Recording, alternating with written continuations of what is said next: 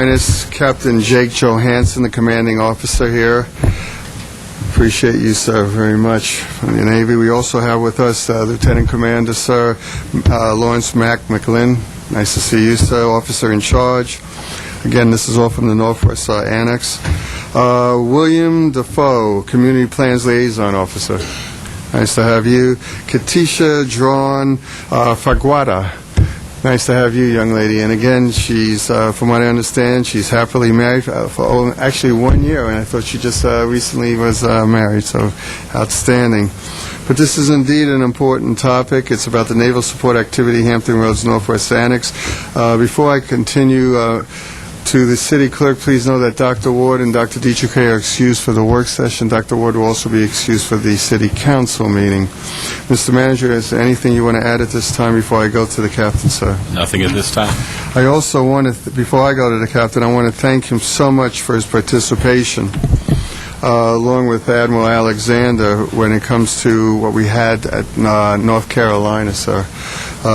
With your help, the legislature there has indeed been very receptive to the needs of our military, and so I thank you for what it means to Chesapeake as well, sir. With that being said, Captain Johansson, please. Mayor, Council, thank you very much for giving us the opportunity to come here and speak with you all this evening, and maybe enlighten some of you that haven't been out to Northwest Annex, or review some items if you have been there. If you have not been there, we invite you to come out and visit and see what there is to see what's new there, and take a look at what's going on out there. It's pretty important, as you'll see, and it's very important that we work together to try to keep what's there. So as I go through the brief, you'll see what I'm talking about. First of all, I want to give you an overview of what Naval Support Activity Hampton Roads area of responsibility is. I'm the commanding officer of the Naval Support Activity, which includes the Supply Depot Annex up in Norfolk on Hampton Boulevard, right near the International Port. It's on the same side of the road, the water side or the west side. My headquarters is, as you can see, Naval Support Activity Hampton Roads HQ. That is where Admiral Gortney and about 43 other flag officers and general officers call their headquarters home. Behind that is a Marine Corps facility where Headquarters and Service Battalion is, and some of the fast companies. It's called Camp Allen. That falls under my purview. As you come down Hampton Boulevard across the Lafayette River, there's Lafayette River Annex, where Naval Facilities Atlantic Headquarters is. As you come down across under the tunnel, or across the bridge and under the tunnel into Portsmouth, I have the cognizance of the base that the Naval Medical Center, Portsmouth, and Admiral Wagner, that's her headquarters for NavMed East. She's in charge of the hospital, NavMed, Dental East, and the USS Comfort, or the USNS Comfort as well. And then you travel down 168 to beautiful Northwest Annex, which is here in the city of Chesapeake. It's a beautiful, quiet place. Not too many people know about it, and we'd like to keep it that way. Our mission, my base's mission, is to provide base operating services to all the tenants that belong on in my bases, so they can concentrate on the fleet and the warfighter. I don't want them worried about parking, air conditioning, noise, wind farms, landfills. I want them to worry about their business, and I'm going to take care of all the ancillary stuff. So I'm there to support them and support the fleet and support the warfighter. My tenets of command leadership are know your people, know your base, and know your business. I think if my people know those three things, they can operate and give proper guidance and policy when required. As you've heard many times, we have a very young subset of people that are very responsible, and we give them a tremendous amount of responsibility. I think about that every day at my main gates. that I'm giving 19-year-old kids the authority to do some stuff that scares the heck out of me. So a pretty great workforce, and I love having them, and they do a great job at all my bases. Hampton Roads highlights about just short of, or just more than 4,500 acres in Virginia and North Carolina. Obviously, the North Carolina is Northwest Annex only. 6 facilities I described, 59 tenant commands, a bunch of FOGOs, or flag officer general officers, 14 SES, and 13 staffs. What does that mean to you? That means all the tenants on all my bases, save Mac, my officer in charge here, are senior to me. So it's interesting when I have a base policy how I get that across to my tenants to make it work. But I do. They're very receptive, and I love having them. 25,000 total supported installation population. I'll break down the Northwest Annex piece later. About $317 million this year in new and work-in-place construction. Obviously, sequestration and fiscal constraints, that number will probably diminish significantly in FY14. I have 10 housing communities. You might be a little bit aware of the ones in Northwest Annex, but the famous one is Ben Morrell, where the mold issues were a couple of years ago or last year. That's under my purview, and so because of that, I pay particular attention to base housing and the issues to try to clamp those quickly before they reach national media and force us to be on the defensive. We have 2,300 single sailors, C&O Homeport Ashore. It's a big hotel room of single sailors. With it comes its own set of problems. It's off base, so I work hard with the City of Norfolk and the City Police Department there to ensure that everything's in order. Largest combat training facility and shooting ranges in Hampton Roads. Those do, in fact, exist at Northwest Annex. And at my headquarters, I have the Joint Forces Staff College, which is a premier interagency, joint, and international education institution. I was about to say next slide. I got it. Northwest Annex, most of you are familiar. Some of my fun stuff there, I have the relocatable over-the-horizon radar, which we'll chat about later. We have a new joint consolidated brig, beautiful facility. Took the place of the one up at my headquarters building in Norfolk. We have the George Cecil Stewart Memorial, which we celebrate the memorial every year with the Stewart reunion. We got one coming up. Mac, when is that? September 6th. And we do Marine Corps training. We do a lot of training. That's one of them. So we provide a wide array of support services for 12 tenant commands down there at Northwest. ATFP is Anti-Terrorism Force Protection Training. Strategic communications and information. We have a lot of comm facilities out there. For those of you that have lived here for a majority of your life, if not all, know that was a big listening facility a couple years ago, and it continues to be a great asset of ours because of its location.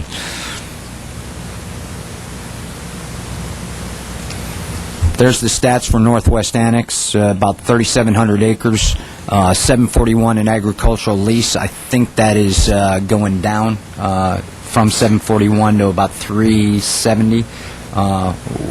We have some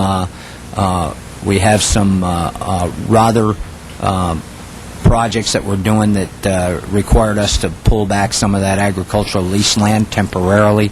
Our intent, I hope, is to get the project done and then revert back. We'll see how that goes. Excuse me. 75% of the base is in Virginia, 25% in North Carolina, and that 25% is virtually uninhabited. Like I said, we have 12. Was there a question? Question? Okay. Absolutely. That, and which is why, as I'll get when I spoke with the mayor earlier, why I'm engaged down there as well. Not only do I have physical property down there, but I have a huge concern with what goes on down there for my operations or my tenants' operations. It says 1,465 staff and personnel and 6,700 student throughput, with an increase due to Marine Corps and Coast. These are mostly Marine Corps, Mac. Marine Corps. So that will increase, so today we did a snapshot, and you got about 2,400 people on base today. And we'll go over some more stats. 162 homes out there with a 99% fill rate, and I got to tell you, those folks are very happy. They're happy with Chesapeake. They're happy with base housing. That base housing, which is Lincoln Military Housing, which you've probably seen in the news for the mold. I don't think I've ever got a complaint other than this needs fixed, that needs fixed, but nothing out at Northwest Annex has come to my level.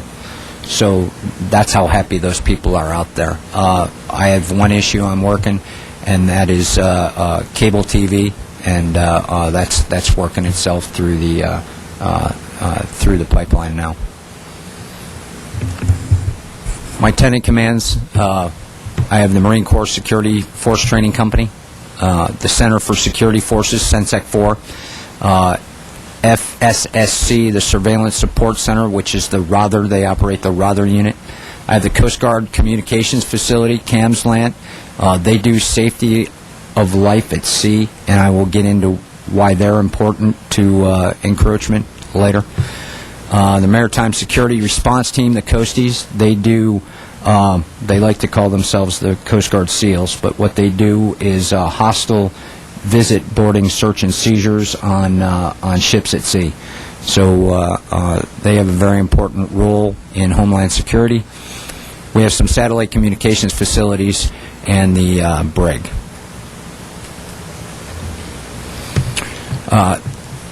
Submarine Forces Atlantic has a communications division out there that they run to communicate with their units. SPAWAR, which is Space and Naval Warfare Systems, they have a detachment out there. Plus, we have various other training facilities out there as well. General Palmeros in the Supreme Allied Commander Transformation, the NATO command, has 40 officers and 5 enlisted people that are temporarily, we think they're temporarily, but they may never leave once they're down there. They're temporarily assigned to Northwest Annex while they redo the big building at my headquarters. It's huge. They're expanding it, and those people have been displaced while they do the redo of the big building. But we'll see if they leave Northwest Annex or they just expand into the new space with more people. If we don't have money, NATO does. It's amazing what they're doing over there. So I appreciate them. And then this SPAWAR Mobile User Objective System. Sorry. Okay, CAMSLANT. I told you about their safety of life at sea. Coast Guard CAMSLANT came to Northwest in '76 because they needed an area that was quiet so they could listen to very faint communications to make sure that our sailors and our mariners at sea are safe. If you look at their mission, they cover the Atlantic, Gulf, and Caribbean waters for safety of life at sea, and they are bound by international agreement to do so. They listen, there's people on headphones listening to very faint, high-frequency communications. I don't know if you've ever been to a Mars station or an HF station, but a majority of sailors and mariners don't have digital HF radios. They have the old analog HF radios. And it sometimes, if the weather's bad, I don't mean rain or snow, but solar energy, or any time the HF propagation's bad, a mayday call on an HF radio is barely audible. And these are the folks that are listening. So I got to tell you, as a sailor, I want those guys to be able to hear me if I'm going down in the middle of the Atlantic. So it's very important that we keep things quiet out there for them. And then aviation flight following as well. They do that on HF radios, which that's my bread and butter, aviation, navigation, and communication. And I've spent about an hour and a half trying to get a position call on HF radio to a ground unit, so it's very challenging. The other issue I have out there as far as quiet is the relocatable over-the-horizon radar that Fleet Surveillance Support Command does. The Rother, if you've been out there, it's a very long, like 1 mile string of a bunch of poles. It's the receive antenna. It was built in the 50s, and then kind of used from the 50s. 50s as radio comms, but it had a unique ability to track Russian bombers during the Cold War. Well, after the Cold War ended and around, let me say, 98, 99, 2000 or so, we determined that we could chase drug runners, and that was when just after Barry McCaffrey became the drug czar, and we were dedicated to winning the war on drugs. So we put these Rother units up in Northwest Annex, down in Texas, and in Puerto Rico. And they look at a phenomenal scope out in the Caribbean into Colombia, and they have a great ability to track and tell you when a slow-flying plane is carrying drugs based on where it's coming from, intel, and then they're able to track it.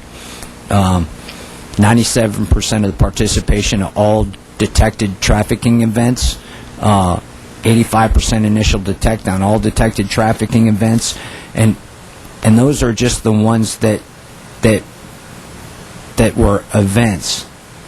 There are a lot that they're tracking that we can't seal the deal on because we don't have host nation approval, or the host nation, wherever they land, doesn't take action. We tell them they're coming. They say, thanks a lot, we got it. And if you can't get, State Departments aren't talking, and they just can't seal the deal. So we could do a heck of a lot more. As you see a stat there in 2011, they got 12 metric tons. I bet you that's about 10% of what they probably could have got. And Rother also is capable of doing other things for the Navy that I can't discuss here. No, I wouldn't have to kill you. Yeah, I know, everybody was. Rother and Camslant, and my biggest, we call it the biggest alligator at our ankles, and it's the wind farms down in North Carolina. You can see two wind farms there. One's Hales Lake, and one's, what are we calling it, Desert Wind these days? So we had a quick study done 2 years ago that determined with a flat Earth on a generic day, a wind farm of 150 generic turbines would have to be 45 kilometers away to be out of our radar look angle, if you will, where it wouldn't interfere with the Rother radar. So two companies, Iberdrola and Invenergy, came along and said, we want to build these two wind farms, and we said, we got a problem. Well, the federal government and the state government currently does not have any mechanism for the Department of Defense to raise an objection to this type operation. FAA can do it via what's called the OE-AAA process, and the Army Corps can do it via the 404 wetlands permitting process. We don't have a DOD process. So we're at the beck and call of the FAA and the Army Corps, and our objections are just information for them. So we're working hard to work with these wind farm developers to try to come up with a win-win scenario where they can build, which benefits the local communities out there. They can still do agriculture, yet wind is free, so they get revenue from that, and still allow the radar to exist. But in order to do that, we need to spend some money on studies. That takes time.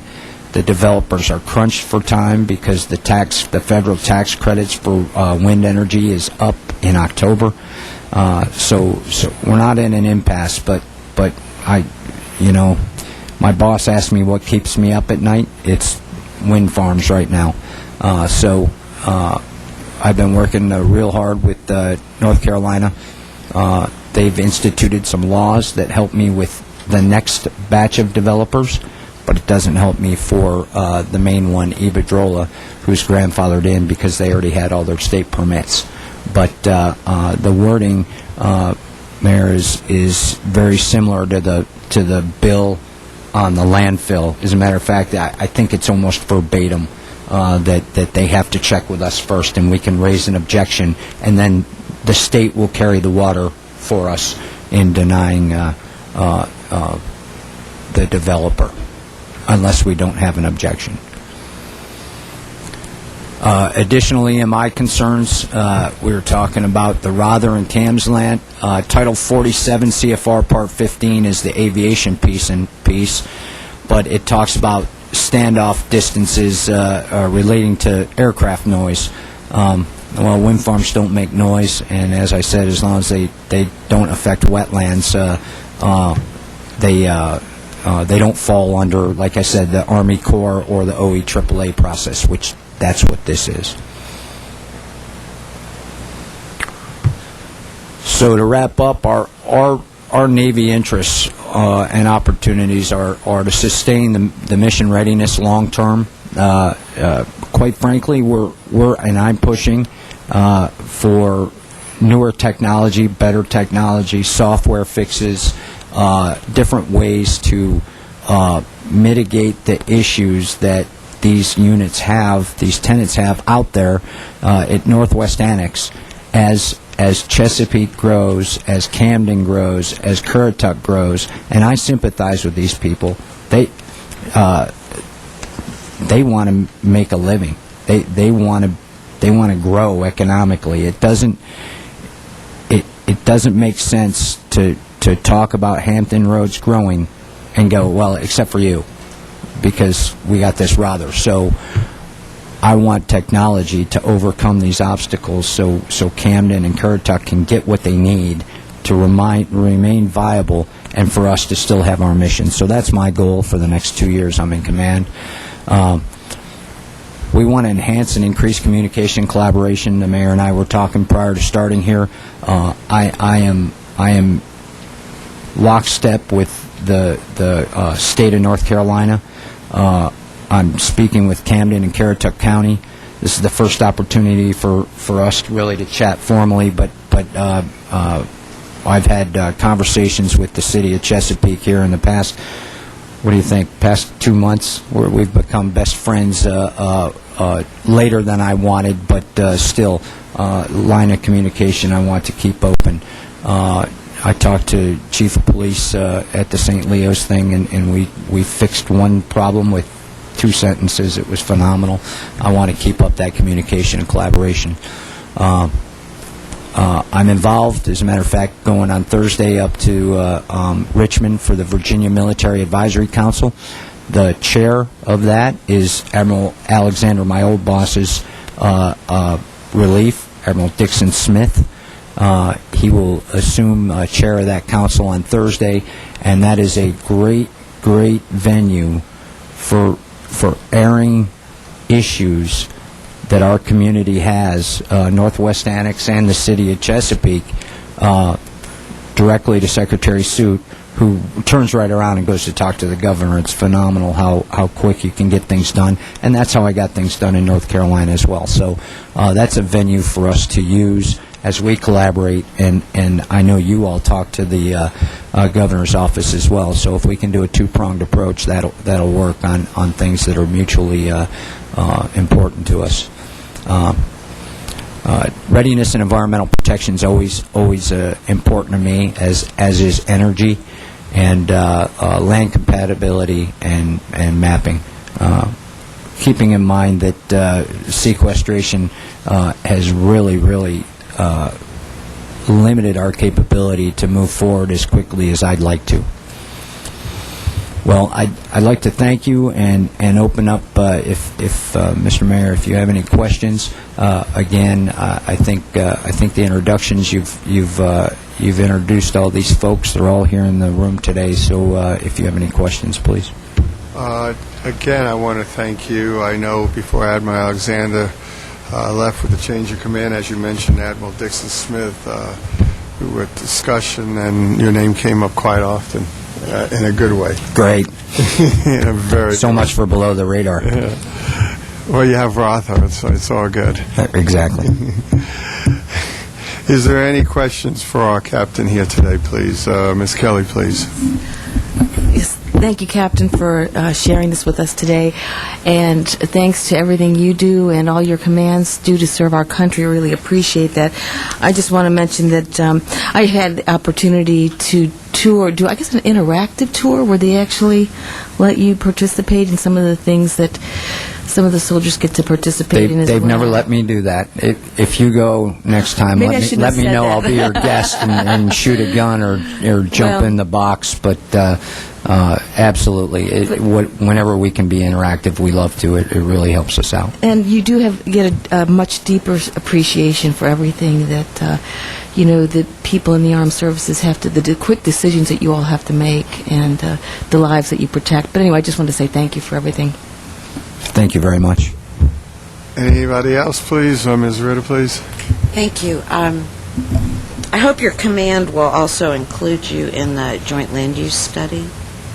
We're going to be meeting soon. We've really only worked mostly with the Oceana folks, but as the chairman of that, since its inception, I would just say that we'd like very much to have your participation because it helps form a great deal of the basis that we use to help protect the missions of the installations in Chesapeake.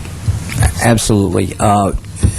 You can't, and I know you know this, but you can't ever assume that Goose, Skipper Geis, and I don't chat. And we are lockstep on doing what's right for the Navy, and is important. This is important to me. If I was in a vacuum, I'd say you all need to help me with this. But Fentress and the issues around that are very important directly to the warfighter.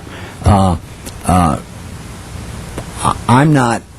This is my opinion. I'm not enamored with counter-drug operations in the Department of Defense, as enamored I am with defense of the nation and in our interests. So the Fentress piece is about training pilots to not crash so they can deliver diplomacy when required. So that's important to me. Did I say that right? So that's important to me, and it's not my stuff. It's Captain Geis's stuff. So can we work together and at the same time? Absolutely. But I wanted to make sure that piece was taken care of, and I think we're talking about working with you all down at Northwest Annex as well. So we look forward to that. Anyone else? Mr. Matheson? Thank you, Mr. Mayor. Captain, thank you as well for your service and all that you do.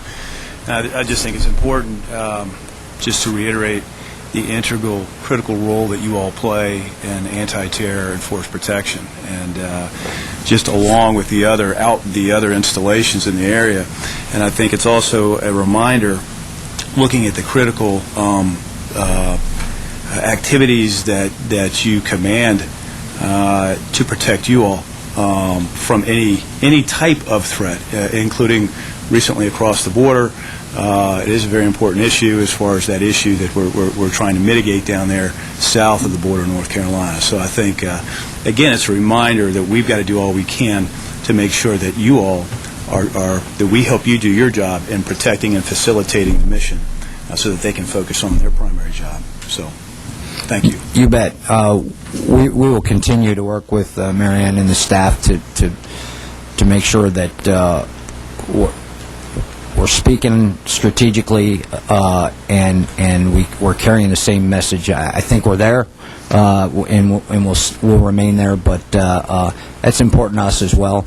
You know, I don't want to be the guy that says no to anybody that wants to do something. But in cases where we have concerns, I want to at least let people know what the concerns are. And I think that right now, my concerns are the City of Chesapeake's concerns, and the City of Chesapeake's concerns are my concerns, so it's working out great.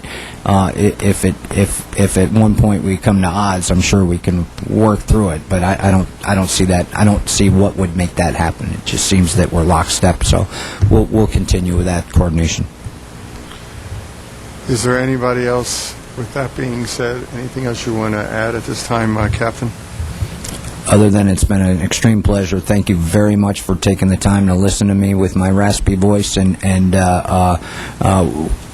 we are all here to serve, as you all are. So do not hesitate to call on us to serve in any way that we can.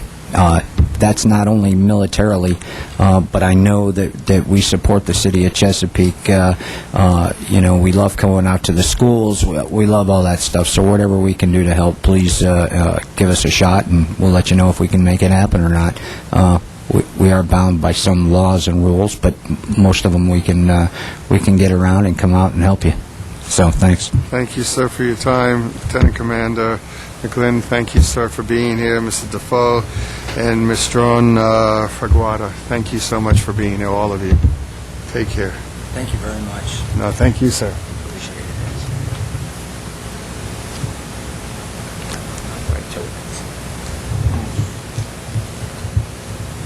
On to the big business now. Thank you again, sir. If I can ask, we have two items on the agenda.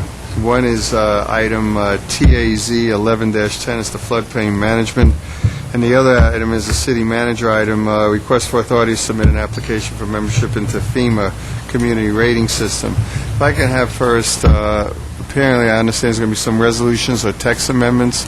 Ms. Proctor, please. Yes, sir. First, the text amendment, which is the floodplain ordinance, we have tweaked that a little bit at the request of Councilmember Kelly. She asked that we provide for an appeal from waivers and variances that are denied by the floodplain administrator, and that appeal will be to the local Board of Building Code Appeals. So we have tweaked the language in several sections to provide for that. And what would be the date then, the version dated July 16th? It is an alternative version dated July 16th, yes, And that sir. was the local Board of Building Appeals? Building Code Appeals. Building Code Appeals. Next item, please. The next item is City Manager's number 1, and what we have done is prepare a resolution to, well, I'll just read the title. It's a resolution authorizing the Chesapeake City Manager to submit an application for membership to the Federal Emergency Management Agency's Community Rating System, and that's the CRS acronym. That's currently on the agenda as is, correct? Yes, Nothing's sir. changed And with that? That's right. It's just a Okay. resolution to reflect what council approves. All right. Ms. Kelly, is there anything you want to add at this time as it relates to TAZ 11-10?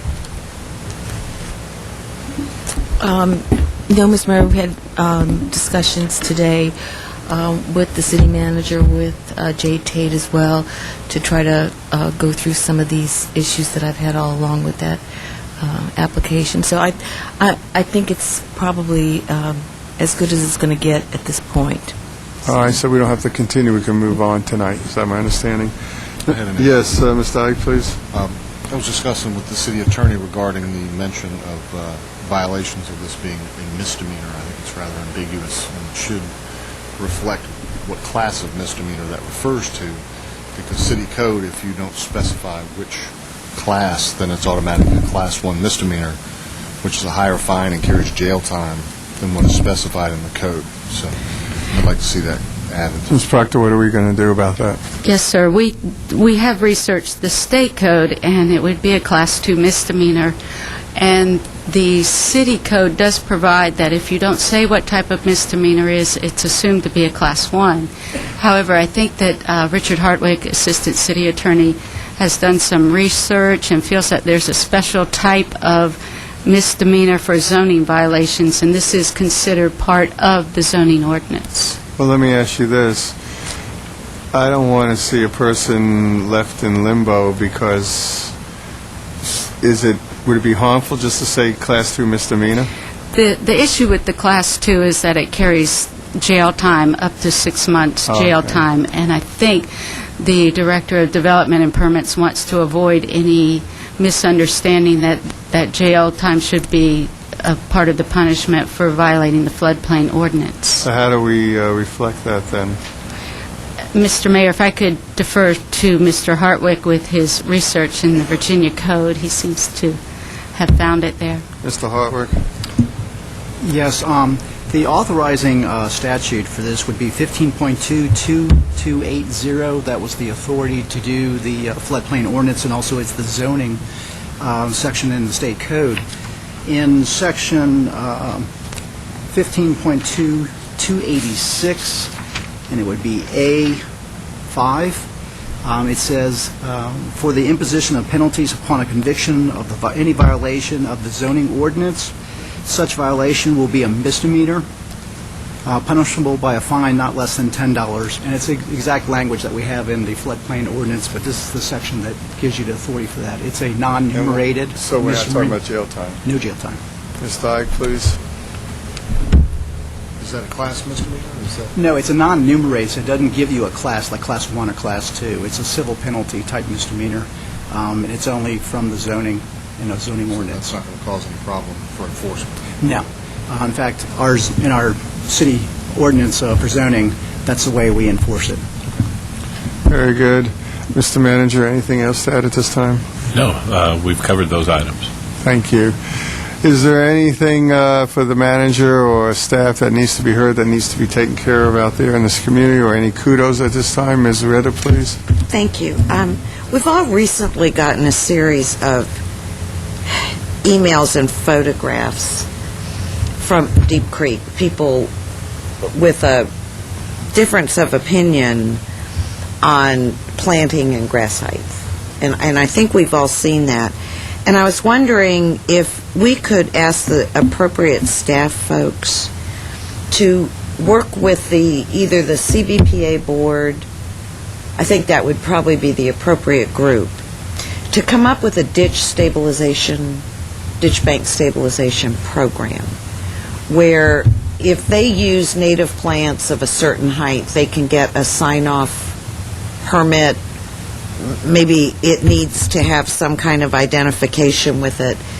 That I think as we see the new stormwater regulations coming through, it may be a positive thing for the city. It might help us with our credits when you have native planting that's able to avoid erosion of ditch banks into the waterways, especially in the Chesapeake Bay Preservation Area.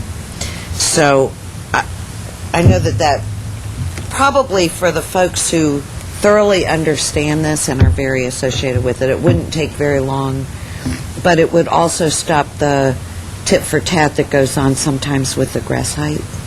So I'd like to see us take a look at that. And also, I, a couple of weeks ago, brought up the rapid response folks in South Norfolk, whether or not we could do that. And apparently, in my conversations with Mr. Tate, I didn't understand that the person we wanted to do this doesn't work for him. So, of course, he did think it was a great idea, but it wasn't his to implement. So I apologize for that and ask if we could talk to the appropriate person to do that. I think they can work it out where it will be the most beneficial, but I apologize for not realizing that it was a different department. Thank you. Thank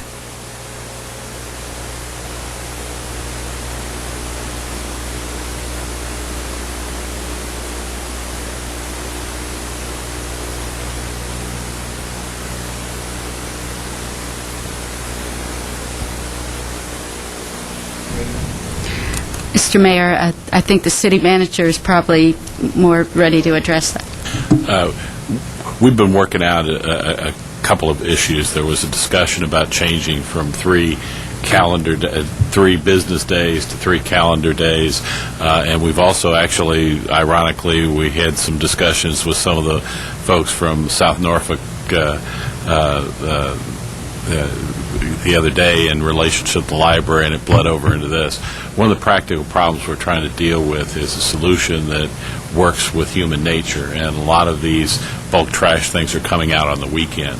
And whether we do 3 calendar days or we do 3 business days, we still run into problems with people that have collections later in the week, because it's just natural human nature that people are putting out some of these larger items on the weekend. So we've been kicking around different opportunities and potential, and hope to have something back to you very shortly. In fact, hopefully in the next 2 weeks we'll have some type of recommendation to you. But we may have to do business differently to make this work.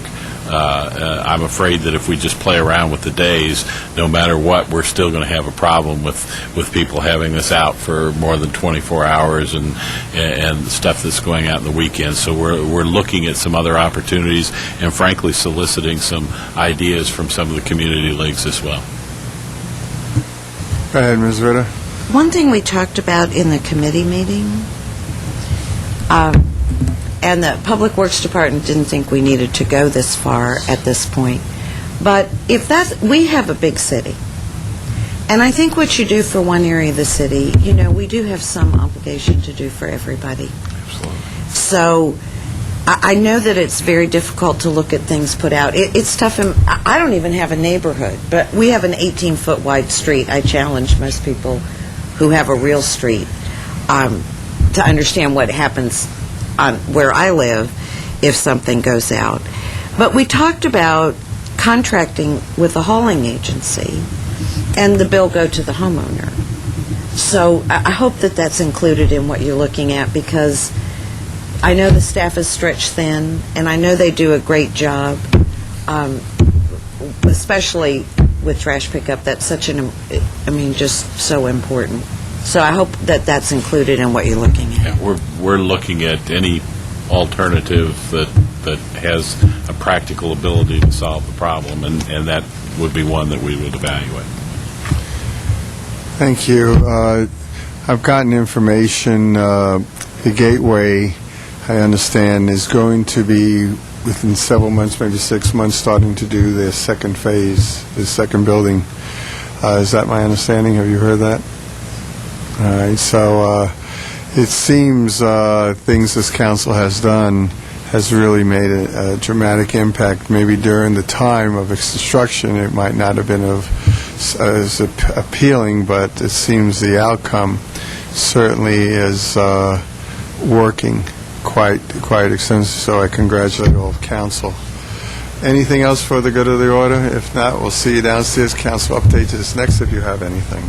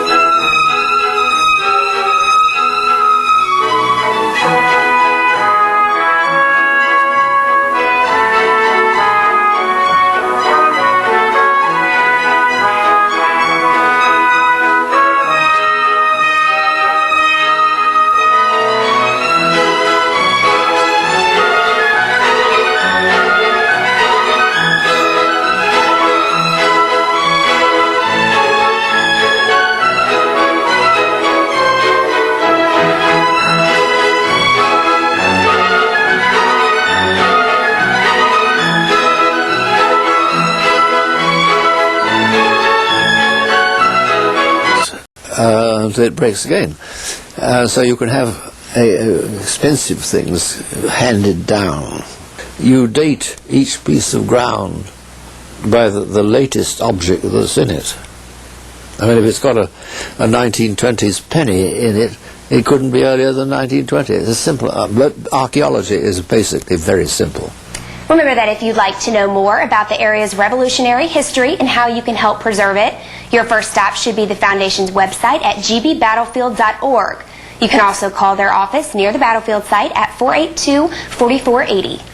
And it's time again to lace up those shoes and hit the court for the 21st annual Shoot for the Stars Youth Basketball Tournament and Summer League. The program mixes hoops with education, fellowship, and a lot of good fun. We started 21 years ago, and we decided to have the kids have something to do, so we started Shoot for the Stars. Probably had 21,000 kids that came through, because each year we have over 100 and some kids.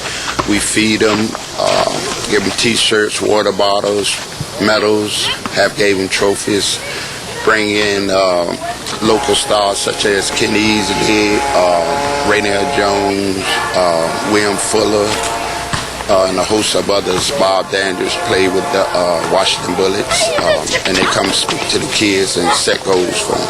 Set goals, rather. They get fellowship, they learn to get along with other kids from different areas. We try to guide them, check on their grades, some of them when they go to school. Just basically having some structure to have during the summer.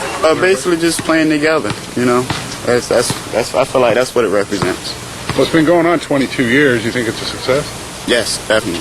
Shoot for the Stars takes place at Cascade Park this Saturday, July 20th. For more, including registration and ways to help, call 289-2304. Now it's time to highlight this week's Pet of the Week. This little guy is 3-year-old Capone. He's a mixed breed neutered male who is housebroken, friendly, and he loves to play with toys. He knows sit, stay, down, and shake. Capone is a very sweet dog and would love to be part of your family. You can meet our new friend here at the Animal Services Facility, 2100 South Military Highway.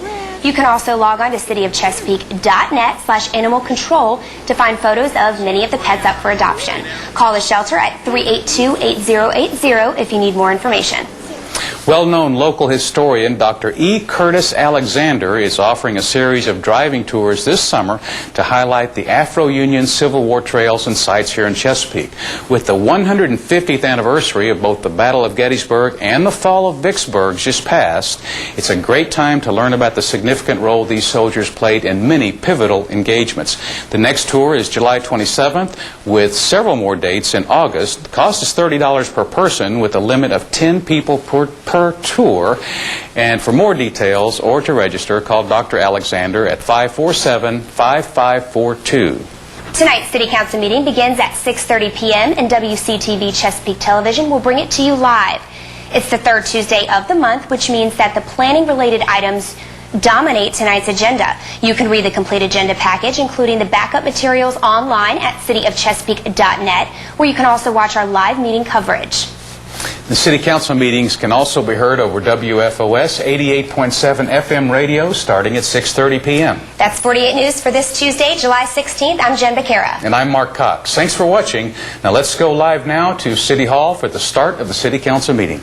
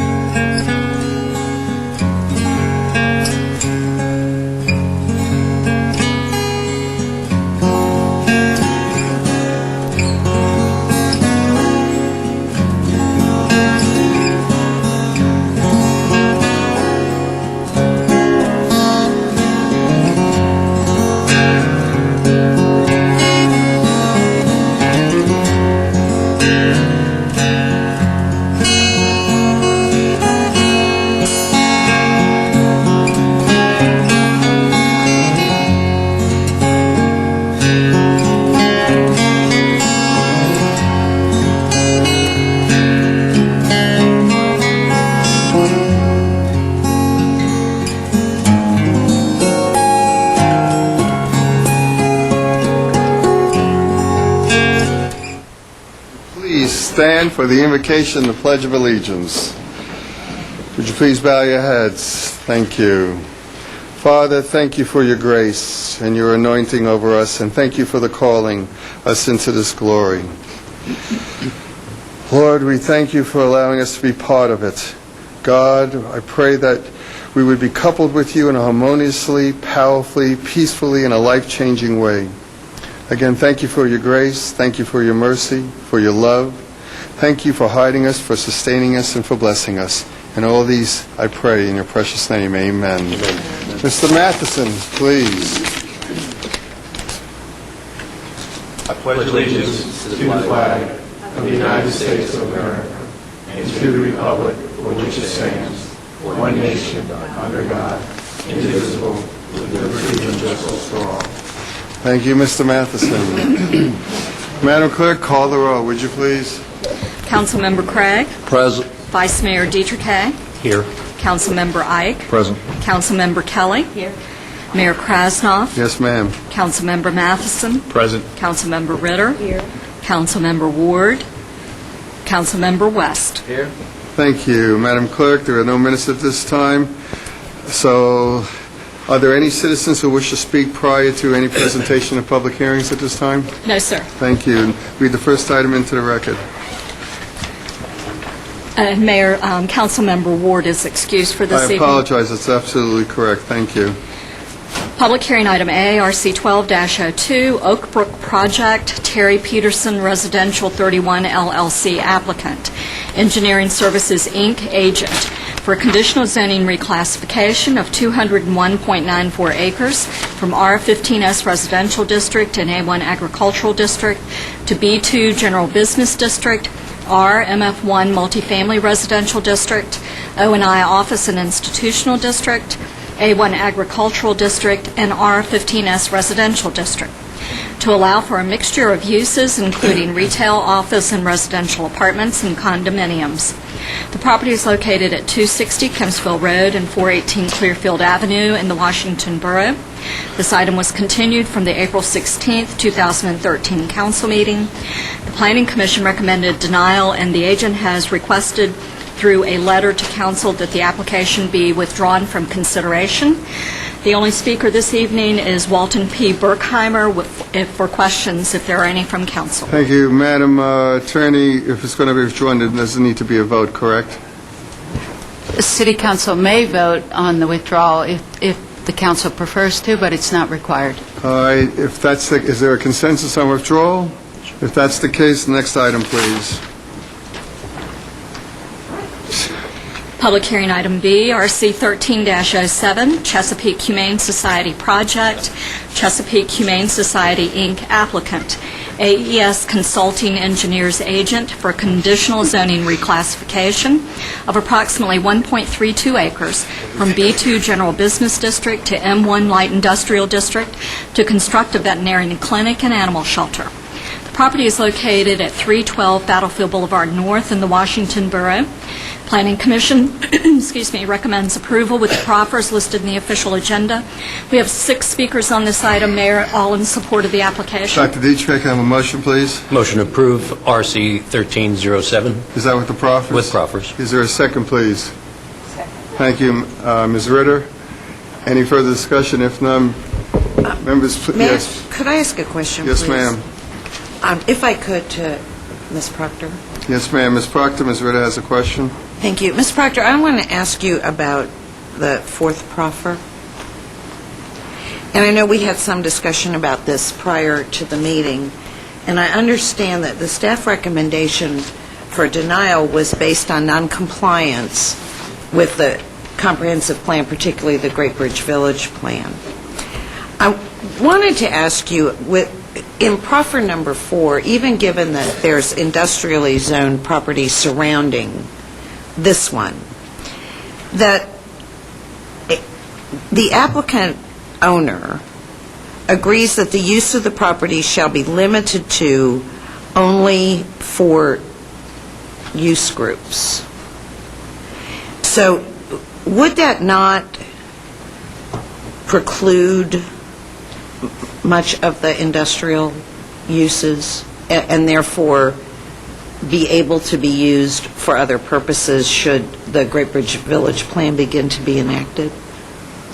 Yes, I think that's correct. There are 4 categories of uses, and those are agricultural, retail, services, and public administration. None of those particularly have an industrial component to them. Okay. I mean, I do have some concerns about that and appreciate the staff's recommendation. I also appreciate the fact that the rezoning is taking place for one specific reason, is it not? And you might elaborate on that? Yes, it is. The M1 zoning is necessary for the kennels and that portion of the Humane Society facility. So that's why we have the rezoning. Thank you. Yes. If I may, Mr. Mayor, may I ask Ms. Shea for clarification on that, or follow-up on that question? Sure. Usually, Shea, Dr. West has a question. Yes. Ms. Shea, could you say, given the information that was just shared, what was the staff's main reason for being opposed to this zoning? Primarily, staff's recommendation for denial was based on consistency with the vision for the Great Bridge Village Plan District, which has a master plan for a mixed-use development surrounding the lagoon in that area off the Intercoastal Waterway, and looking for things like restaurants and some residential uses, retail boutiques, and that sort of thing. And this particular use was not consistent with that plan. Okay, thank you very much. All right, with that being said, Mr. Mayor. yes, Mr. Ike, please. I've been a big proponent of SPCA. I support the SPCA in Norfolk with thousands of dollars of in-kind services. Their spay and neuter clinic, delivered 150 pounds of cat litter last weekend. I just don't think this fits with the Great Bridge Village plan, the mixed-use vision for that area, and based on that, I can't support it. Let me say this, and I thought, and I apologize, I'm going to ask those who wanted to speak, because it's my understanding that this particular, not specific, as Ms. Ritter pointed out, was kennels. I know they're doing architecturally everything they are to accommodate the Great Bridge Village plan. In fact, if it wasn't for the kennels, it would be a completely different story in terms of acceptance. Am I correct on Ms. Shea? Yes, sir, that's true. It's true. But if the council wishes, we certainly can hear the speakers. Pardon? All right. If I can call the speakers up, because again, I wanted clarification. I understand what was being said, but again, this is strictly as it relates to the kennels. This is, again, the Chesapeake Humane Society. Go ahead, please. The first speaker would be Chappelle Watkins White, 638 Independence Parkway, representing the Chesapeake Humane Society in support of public hearing item B, followed by Lacey Culler. Yes, ma'am. Mr. Mayor, Vice Mayor, members of council, my name is Chappelle Watkins White. And to your question, Mr. Ike, in terms of consistency with the Great Bridge Plan, the mayor was correct that there will be architectural standards with the building to meet the design guidelines of the Great Bridge Village design. But for the kennels, we probably wouldn't even be standing here having this discussion. And one thing I do want to point out, that this land is appropriate for a number of reasons. As I said last week at Planning Commission, it is a nonprofit organization, and the fact that they're moving out of property that they lease to property that they can own, the consideration was property that's affordable. And this presents this also surrounded by other uses that would be compatible to the use proposed, as well as accessible to the general public. And so for those reasons, this site lined up, but for being in the Great Bridge Village Overlay District, a perfect site for the Humane Society. And so for that, I stand by for any questions. Thank you. Next two speakers, please. The next speaker is Lacey Culler, 123 North Battlefield Boulevard, representing Chesapeake Humane Society, to speak in support of public hearing item B, followed by Harriet Siff. Good to see you, young lady. Thank you. You too. My name is Lacey Culler, and I'm the Executive Director of the Chesapeake Humane Society, located at 123 North Battlefield Boulevard, Chesapeake, Virginia, 23320. Mr. Mayor and members of council, thank you for your time tonight. As you are aware, Planning Commission did approve or recommend approval with the proffers last Wednesday, which was a very pleasant and encouraging surprise for us. So I stand before you to tell you about this wonderful organization that means so much to our community. And tonight we have supporters in attendance that range from volunteers to staff to donors to fundraisers and individuals that have worked so closely with us to make this property a reality for us. And it's because they all support our mission and appreciate our value in the community that they're here tonight. And when I say community, I mean the general public and also the City of Chesapeake. That's who we support, and we are fortunate to have a very positive relationship with Chesapeake Animal Services. And by working together with Chesapeake Animal Services, both of our organizations are able to make a much greater impact on the community and help more animals and the people that love them. Chesapeake Humane cares for animals in the city shelter that are adoptable but need a little bit more care, attention, and love than they are able to get in a sheltering facility and environment. This would include heartworm-positive dogs or cats with diabetes, or, we've even had burn victims that have come to us for our care. We have also secured special pricing for the City of Chesapeake, and by doing that, in 2012, we subsidized about $20,000 to the City of Chesapeake. We also hold spay and neuter slots for dogs and cats that get adopted so that they're able to go home quickly, spayed and neutered. Our volunteers take the city shelter animals to off-site adoption events to help increase adoptions. This also helps to reduce space restrictions at the shelter so that we can reduce euthanasia. In 2005, Chesapeake Humane Society opened up a stationary spay and neuter clinic. If you look at the number of cats and dogs that were euthanized in 2004, the year before we opened the spay and neuter clinic, compared to 2012, you will see a 30% reduction in animals that had to be humanely euthanized.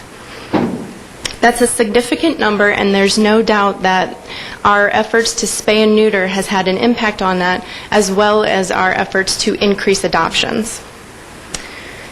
When we expand into a true sheltering facility, it's our vision to continue to complement and continue to support the city shelter by having a boutique animal shelter. We plan to transfer animals into our care from Chesapeake Animal Services rather than being an open admission facility where strays would be coming in or we would have owner surrenders. So we would continue that very close relationship with Chesapeake Animal Services. We are currently at capacity in our current location, and we are occupying 2 locations in the shopping center, right at the Great Bridge, the Locks Bridge, with Big Woodies. And although we've made it work thus far, it's not convenient or it's not entirely appropriate for the work that we are doing, and certainly not for the services that we are looking to expand into. The building is also not in very good upkeep or repair, and it does pose a risk to both the animals and people that come through our doors. In order to keep up with the need in this community and offer more of the much-needed services, it is imperative that we expand into a larger space. We feel that the property at 312 North Battlefield Boulevard is perfectly suited for our needs, our current needs, and our future visions. Other properties that we have looked at are either just land with no existing structure, which are often priced too high for us, and or they're surrounded by residential, which is just not a good fit for what we're looking to do either. I realize that the main issue is complying with the 2035 Great Bridge Village Plan, but the fact is that this property is currently surrounded by properties that are zoned M1 and are being used for much more intense purposes than anything we are proposing to do with the conditional rezoning. In closing, I'd like to add that we have worked hard to comply with all of the suggestions from the Planning Department in order to suit our need and fit the look and feel and appropriate use for the Great Bridge Village Plan, as evidenced by the proffers that were offered up with the rezoning application. So unless you have questions for me, that's all that I have. Thank you. Next two speakers, please. The next speaker is Harriet Siff, 123 North Battlefield Boulevard, representing Chesapeake Humane Society, to speak in support of public hearing item B, followed by John Shazuski. Hello, young lady. Good evening, Mr. Mayor. Good to see you. Good evening, members of council. I shrink down a little bit. Podium isn't made for short ladies. It's not your stature. It's your elegance and class we're listening to. In the past, when I've had to give presentations, I've been known to take a soapbox with me and stand on it, or a little booster seat. That also works. My name is Harriet Siff. I officially reside at 721 Wood Duck Lane in the wonderful city of Chesapeake, Virginia. I have a little story to tell you. In 2001, I had an opportunity to retire from a very long, illustrious career that was very demanding, had a lot of travel on occasion. And at that time, I made a bucket list. Everybody should make a bucket list. My bucket list had 3 items on it. Item number 1 was take a nice long vacation. Check that one off real quick. That one was easy to do. Then I decided the second thing on my bucket list was to take care of something that was missing from my life, and that was a canine companion. I had always had animals when I was a child, and I had been dogless for a while. So I went to the city shelter, and I looked, and finally a small little dog adopted me. I paid $40 for the adoption fee. Then I discovered that there was a very strong relationship between the city shelter and Chesapeake Humane Society, and that I was to call them and to arrange for a neuter. That was part of my adoption fee. Well, I did that. That was a good thing to do. But I discovered that I would have to wait 2 months to have my adopted from the city shelter dog neutered. And at that particular time, Chesapeake Humane was only doing 1 surgery day, having to be the 3rd Wednesday of the month. So I complied with that, got my dog neutered. Incidentally, I had named him Banjo Boy. It's a special name. It's in honor of the dog that I had as a child, who my mother had told me had saved my life when I was an infant. So he has special meaning. It wasn't too long after I had his surgery completed, I discovered the 3rd thing on my bucket list could be achieved, and that was volunteerism. Since I was no longer part of the workforce, I had some extra time, but I wanted to do something meaningful, something that I really enjoyed. So I decided, Chesapeake Humane, I have been writing checks to them, so there's an opportunity to give something more back, my time. So I became a check-in person for its spay-neuter clinic. And a little while ago I told you that there was only 1 opportunity a month. Well, it expanded to twice a month at 2 locations. Then it expanded to twice a week at 2 locations because of the demand. So as the executive director has already pointed out, in 2005, we ended up with more of a storefront facility. I was very happy to see that happen so I wouldn't have to stand out the rain, the sleet, the snow, and the hurricane, which almost got us one time. So that was a big bonus. So I said, okay, this works for me. So we began doing surgery 2 days a week and 3 days a week, and we were just overrun. Currently, we have a waiting list, a backlog. The demand is great. So as you can hear, bucket list item 1, check. Bucket list item 2, check. Bucket list item 3, check. So the problem is that clinic now has a backlog. There's just tremendous. We just can't keep up with the demand is there. There isn't a time that I don't go to work surgery in the morning that people don't say, thank you, Chesapeake Humane. Thank you, volunteers. They appreciate the service, the need, the demand is there. And Banjo and I, thank you very much for allowing us the opportunity to speak to you tonight. Thank you. Thank you. Next 2 speakers, please. The next speaker is John Shazuski, 123 North Battlefield Boulevard, representing Chesapeake Humane Society, to speak in support of public hearing item B, followed by Susan Blatnick. John Suzuki, AES Consulting Engineers, 1317 Executive Boulevard. I'm the civil engineer that put together that exhibit, and I'm here just to answer any questions that you might have Thank you. regarding site design. That was John Suzuki. Susan Blatnick, 123 North Battlefield Boulevard, representing Chesapeake Humane Society, to speak in support of public hearing item B, followed by Craig Davis. Good evening.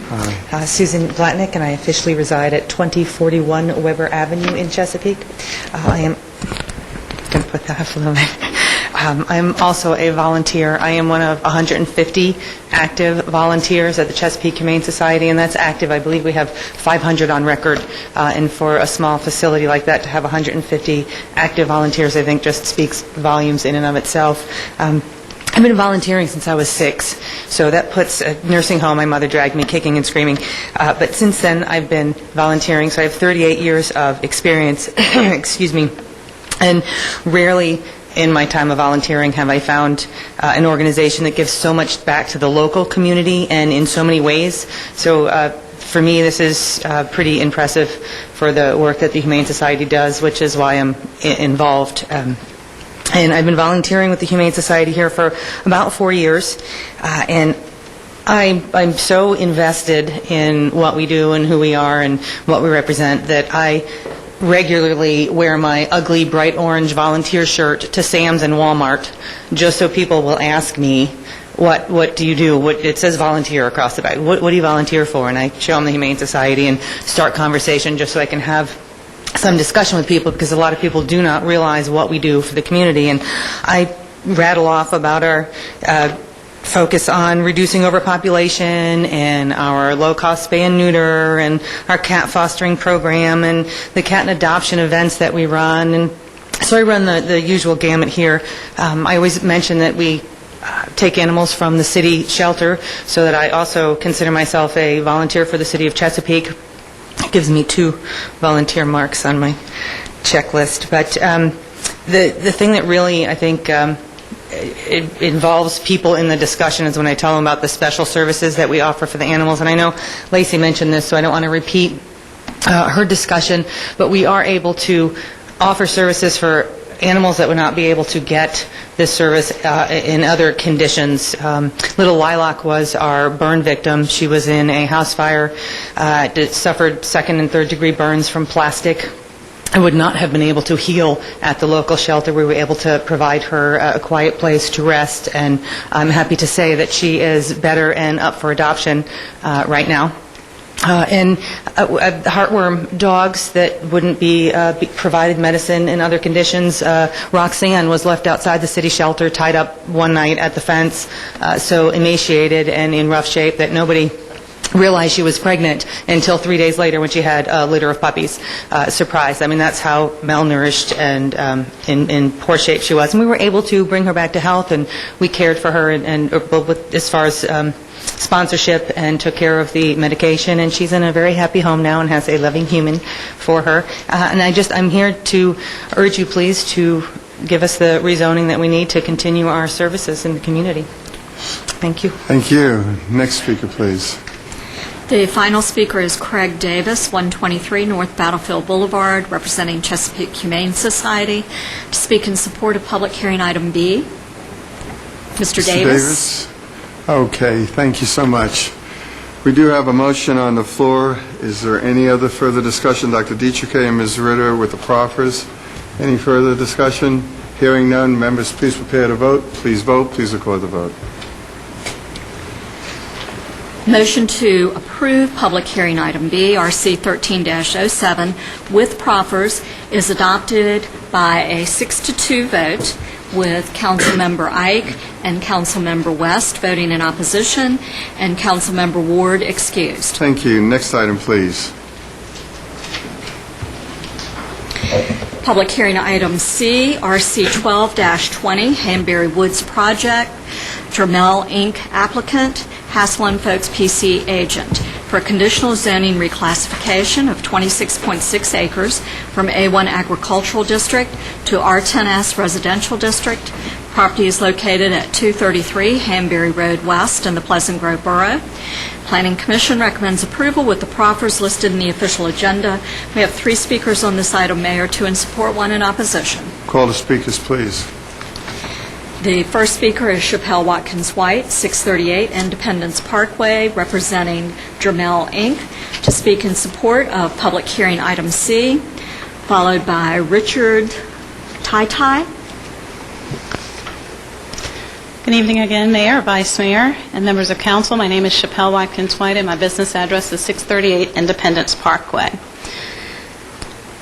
With City Council's adoption of the 2026 Comprehensive Plan, there was a recognition that growth would continue, but that it should be balanced with appropriate placement of development. As such, in searching through the comprehensive plan, there were 31 references to infill development. In particular, Issue 2 of the plan states infill development that complements existing communities will be encouraged in developed areas to maximize the use of existing public facilities, utilities, buildings, and services, provided there is capacity for such additional development. What is key to this recognition of infill as being appropriate is 1, compatibility to existing communities, and 2, capacity. On the issue of compatibility, as you'll see from the exhibit that I think just finally made it to the last council member, the applicant is requesting a rezoning from agricultural district to the R10S zoning district. Directly across the street from the subject property, there is R10 zoned properties. To the south, R15AS. To the west is the school site, which is zoned A1. And to the east, R10S and R12AS. As such, the zoning district itself is compatible. Likewise, the surrounding communities have been nicely developed with enhanced architectural standards, which this rezoning proposal includes. The proffers will require a minimum square footage of the units, exterior building materials, and design elements that will enhance the overall aesthetic look of the community. As for the second key consideration, the development proposal is at a location and at a time where all levels of service considerations have been met. As noted in the staff report, no impacted school is over 120% capacity. In fact, none will even reach 100% capacity with this development. Roads will operate at a level C, and appropriate public utilities are in place. I'd also like to note the applicant has met the recommended proffer amount for each of the proposed 70 units at $4,000 per unit. I'd like to also mention that the development team had several meetings with and calls with members of the adjacent Civic League, and we have satisfactorily addressed all of their collective concerns, yet we had 2 homeowners at the Planning Commission meeting who spoke in opposition to the project. The application comes before you with a recommendation for approval from the planning staff, from Planning Commission, and certainly meets all of the level of service considerations, compatibility, and capacity, and therefore we ask for your approval of the project. Thank you for your time. Thank you. Next 2 speakers, please. The next speaker is Richard Tai, 1147 Kingsbury Drive, representing himself, to speak in opposition to public hearing item C, followed by James Bradford. Good evening, sir. Nice Hello. to see you. Evening, Mayor, Council. Thanks for listening to me tonight. I'm also a recent graduate of your Citizens Police Academy. As of last Monday night, I ask that you keep that program going. It's a great program, very educational. I look up here, I see Dr. West. I was interviewed by Dr. West in 2001 for a position at Greenbrier Middle School after I retired from the Navy as a captain. And I've heard all this about volunteering. I think it's wonderful. I'm a volunteer myself. I'm an assistant to the game wardens and teach hunter safety in Virginia. But that's not why I'm here tonight. I'm here. I'm an escapee from Virginia Beach. 1988, military got me out of there. This is all germane to the application. It is. It absolutely is. Yes, sir. Came back from 3 years in California to Los Gaviotas. Loved the place. 91 and 95 there, took 2 tours away, returned as a captain to live and retire in Berkshire Estates in 1999. So it was one of the first residents there. I can't believe some of the discussion as to the value of this neighborhood. I can't believe that schools actually need any additional students, having been a public school teacher myself for a while. There's not much buffer, if any, between this proposed neighborhood and the play yard of Great Bridge Intermediate that's directly behind it. Nice that they have proffers to enhance Hanbury Road, which is very congested.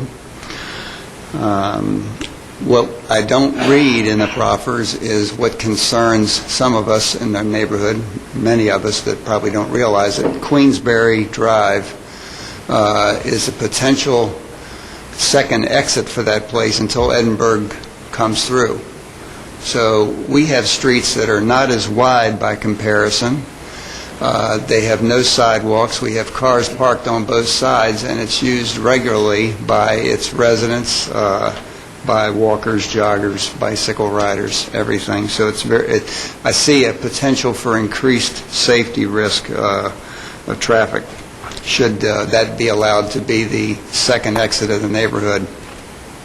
I probably wouldn't be standing here today if they had written that in, that was not going to be opened. Another way of looking at it, it's been referred to, the council, if they approve this, will have approved 3 developments around our neighborhood. Not to be uppity, but our houses are all full brick, large homes. We are like one step down from a Woodard's Mill. We've been allowed to be surrounded by houses of lesser value, which is going to bring our home values down. Obviously, that's of some interest. And I guess the other thing is, in talking about the history and coming out of Virginia Beach, when I moved here, your predecessors 2 decades ago said that, or they saw the problems with Virginia Beach. They promised that Chesapeake would never go that way. And I just see this as another an example that we may, in fact, go the way of Virginia Beach, which would be very regrettable. So I hope you will do something in this regard to uphold your predecessor's promise. Thank you very much for listening to me. Thank you for your service, Captain. Appreciate you. Next speaker, please. The last speaker is James Bradford, 325 Volvo Parkway, representing Hassel and Fix PC, to speak in support of public hearing item C.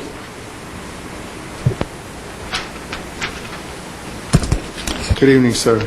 Good evening, Mr. Mayor and members of City Council. My name is Jim Bradford, and my business address is 325 Volvo Parkway in Chesapeake. As Council is aware, the subject of my presentation, Hanbury Woods, is a 26.6-acre parcel on Hanbury Road, situated between the subdivision of Berkshire Estates and Great Bridge Intermediate School.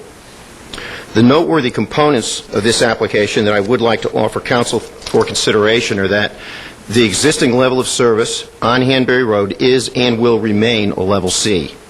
In addition, this development will extend and match improvements on Hanbury Road to match those being constructed by the pending Hanbury Manor development, resulting in protected turn lanes for 4 neighborhoods in this immediate area.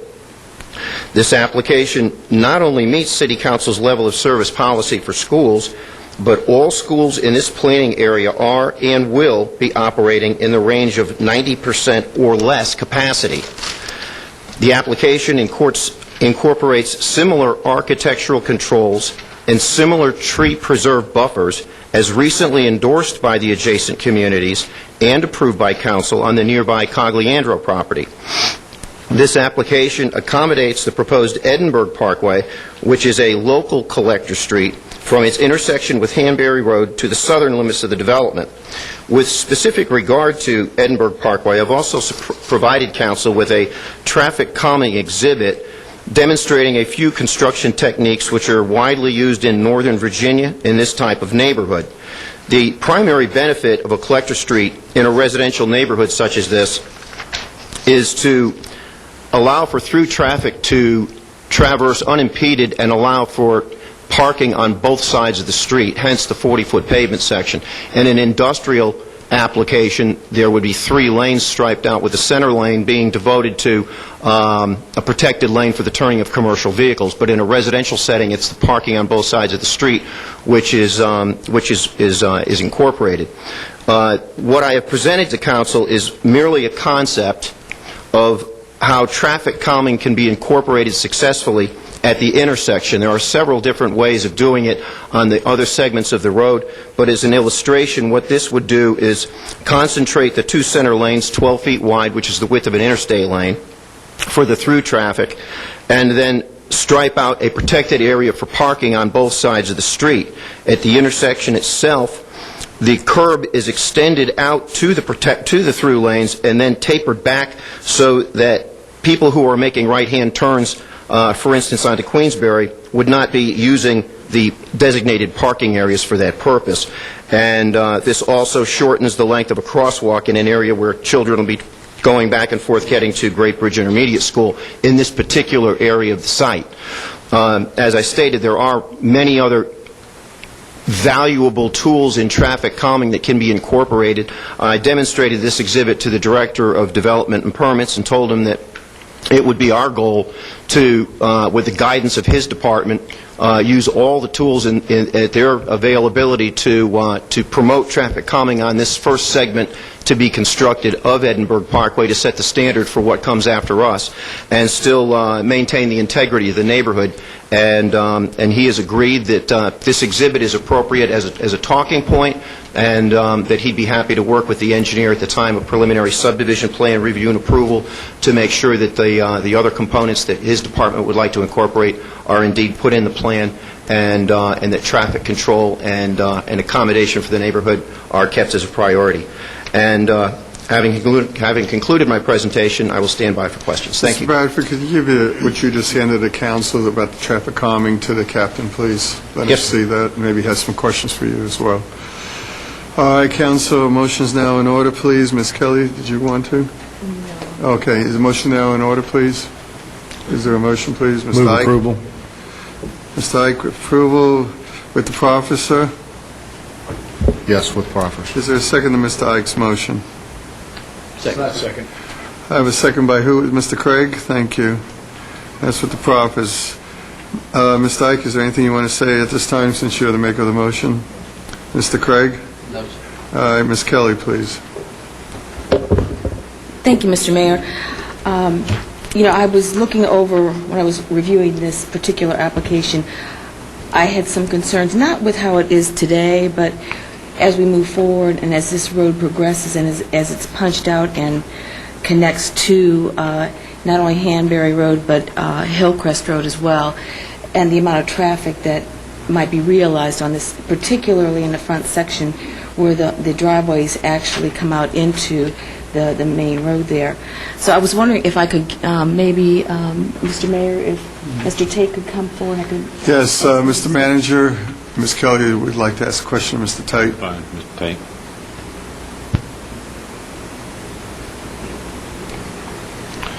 Mr. Tate, good evening, I should say.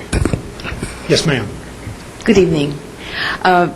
As we discussed earlier today, and trying to work through this issue and looking at this thing not just today but with a vision for the future and with the potential traffic that might be realized on this road, I know the applicant has talked about traffic calming, although it's not proffered.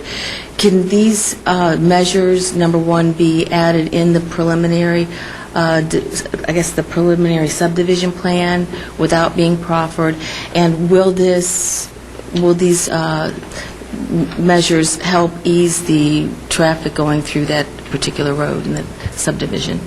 Yes, ma'am. I believe we have sufficient authority to require traffic calming as it relates to the layout of the subdivision and the authority given to us with the preliminary review.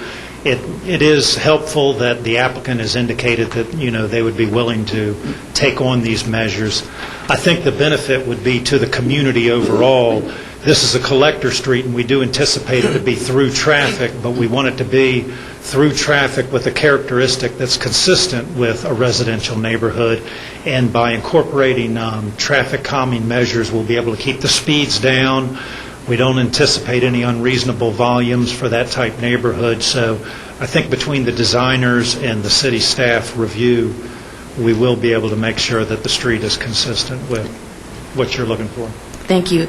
Yeah, like I said, Mr. Mayor, I was really concerned about the future of this road, and one of the things that we never want to happen is residents being surprised when their road opens up to more traffic, and that typically is something that we see when roads do open up. So if these traffic calming measures are already in place, it's also an outward sign that for the residents that are going to be moving in there, that they may be realizing more traffic through that area as well. Wouldn't you say that? Yes, ma'am.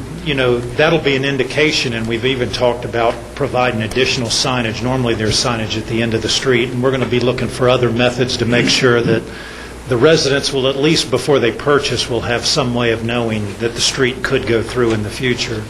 That doesn't guarantee no opposition, but at least it'll be a step towards their knowing.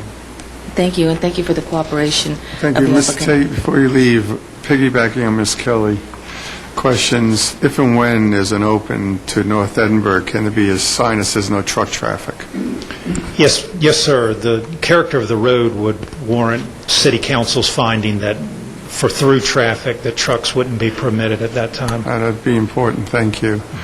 Is there any further questions for staff? If not, we do have a motion on the floor by Mr. Ike with proffer, second by Mr. Craig. Members, please prepare to vote. Please vote. Please record the vote. Motion to approve public hearing item C, RC 12-20 with proffers is adopted by an 8-0 vote with Councilmember Ward excused. Read the next item into the record. Public hearing item D, UP 12-04, Church of the Living God Center for Change project. Church of the Living God Center for Change applicant, Dominic P. Lascara, PLC agent, for conditional use permit to allow a church on a .36-acre parcel and a cooperative parking agreement in accordance with Section 19-405.B of the Chesapeake zoning ordinance. The property is located at 1105 Portlock Road in the South Norfolk Borough. This item was continued from the May 21st, 2013 City Council meeting. Planning Commission recommends approval with the stipulation listed in the official agenda, and the applicant has submitted a revised stipulation as listed in the official agenda and is requesting approval of an alternative parking surface. We have no speakers on this item, Mayor. Right. Everything was worked out. Can I have a motion, please? Move for approval with the proffer and the revised proffer. Thank you, Dr. Stipulation, excuse me. Pardon? Stipulation, the revised stipulation. Thank you. Appreciate that, Dr. West has made the motion. Mr. Matheson is second. Members, please prepare to vote. Mr. Mayor, I would Yes. also make sure that includes the alternative parking lot. Yes, Madam Clerk indeed has included that. With that being said, members, please prepare to vote. Please vote. Please record the vote. Motion to approve public hearing item D, UP 12-04, with revised stipulation and alternative parking surface is adopted by an 8-0 vote with Councilmember Ward excused. Pastor Sarah Williams, it's done. You're too kind. Next item, please, E. Public hearing item E, UP 13-07, Rainbow of Friends Child Care Project, Denise E. and Alton G. Jones applicants for a conditional use permit to allow a home child care facility for up to 12 children in an existing residence. The property is located at 1442 Monarch Reach in the Washington Borough. Planning Commission recommends approval with the stipulations listed in the official agenda. We have one speaker, Mayor. It is the applicant in support of the application. With that being said, can I have a motion, please? Are we able to have a motion? You need to hear the applicant, please.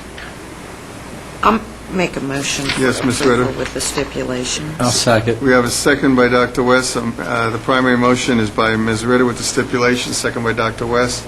May I? Yes, ma'am, please, Ms. For Ritter. clarification purposes, we have asked for a staff report back. May I, to the manager? Yes, ma'am. Mr. Baker, to whomever can answer the question, I'm interested to know when we're going to get that report back. We expect to have it done by the end of this month. Okay, and we have an extensive number of these coming forward, and correct me if I'm wrong, I understand that this is because the state has decided to enforce the regulations that they have not been enforcing for a number of times for any child care up to 12. I understand that is correct. Okay. And that's for licensing purposes? Okay, which I think is a great thing. I think any time that they're going to enforce these and make sure that the facilities where children are being kept are exactly what they need to be and the safety of the children is paramount.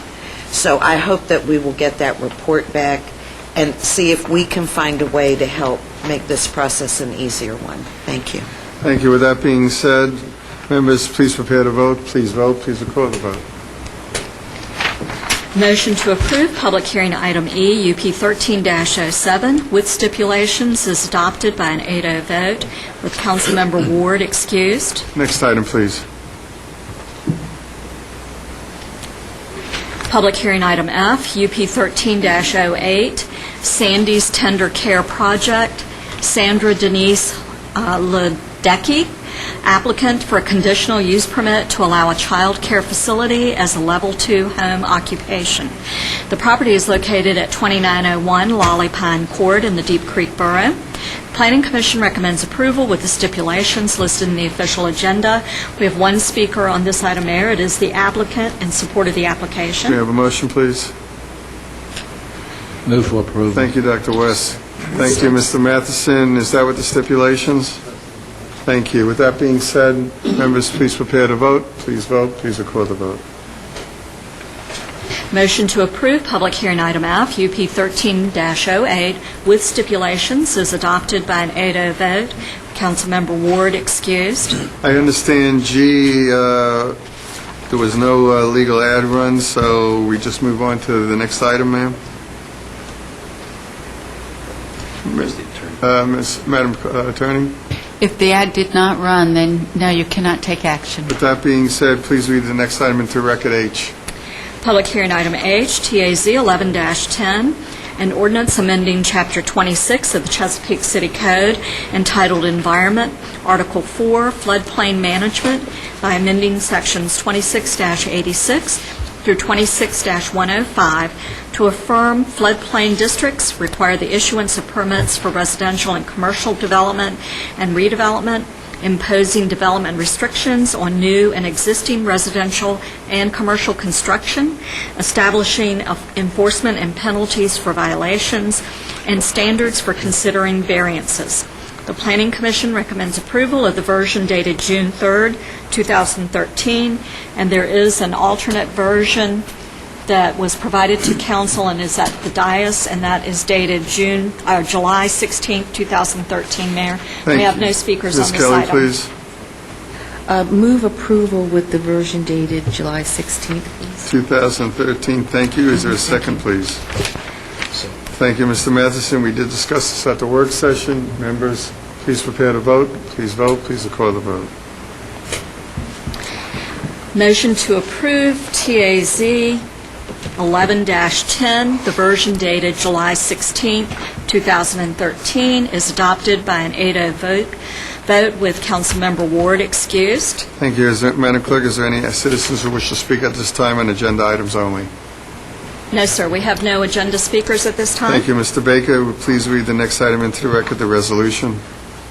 Mr. Mayor, item number 1 is consideration of a request for authority to submit an application for membership to the Federal Emergency Management Agency's Community Rating System requested by the Fire Department, the Department of Development and Permits, and we're asking that the council do that via the resolution that's provided to you on the dais, the resolution authorizing the Chesapeake City Manager to submit an application for membership to the Federal Emergency Management Agency's Community Rating System. Thank you. Is there a motion, please? Again, this was discussed at the work session. Thank you, Ms. Ritter. Second. Thank you, Mr. Craig. With that being said, members, please prepare to vote. Please vote. Please record the vote. Motion to approve the resolution as presented is adopted by an 8-0 vote with Councilmember Ward excused. Thank you very much. Is there any unfinished business at this time? Anything to discuss? Nope. New business, would you please read the item on the agenda, Madam Clerk? New business item A, a resolution requesting the Planning Commission to consider and make recommendations concerning the proposed amendment to Article 14, Section 14-704F of the Chesapeake zoning ordinance to amend the requirements on menu boards at drive-through food service businesses to allow one menu board per service lane, requested by Mayor Krasnoff. Thank you.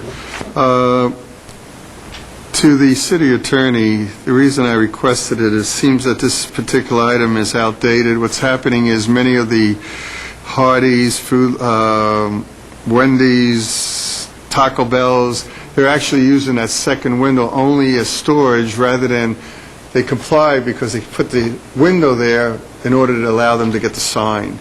And what's happening is they have to reconfigure the building in order to accommodate that second window. So all I'm asking is someone would be kind enough to make a motion to send this to the Planning Commission so it can be evaluated, please. So moved. Thank you. Thank you, Mr. Dr. Dietrich. Thank you, Mr. Craig, for the second. Members, please prepare to vote. Please vote. Please record the vote. Thank Motion you. to approve the initiating resolution is adopted by an 8-0 vote with Councilmember Ward excused. Is there any further new business at this time? Hearing none. Thank you. Yes to the city attorney, please. Yes, sir, Mr. Mayor. It's a motion to conduct a closed session to consult with legal counsel and briefings by staff members pertaining to actual or probable litigation where such consultation or briefing in open meeting would adversely affect the negotiating or litigating posture of the public body, and consultation with legal counsel retained by the public body regarding specific legal matters requiring the provision of legal advice by counsel as permitted by Section 2.23711A7 of the Code of Virginia. With that being said, can I have a motion, please? Yes, thank you, Mr. Matheson. Is there a second? Thank you, Mr. Ike. Members, please prepare to vote. Please vote. Please record the vote. With that being said, we'll go ahead and enter the closed session at 7:30. Motion to approve the closed session to consult with legal counsel on litigation and specific legal matters is adopted by an 8-0 vote with Councilmember Ward excused.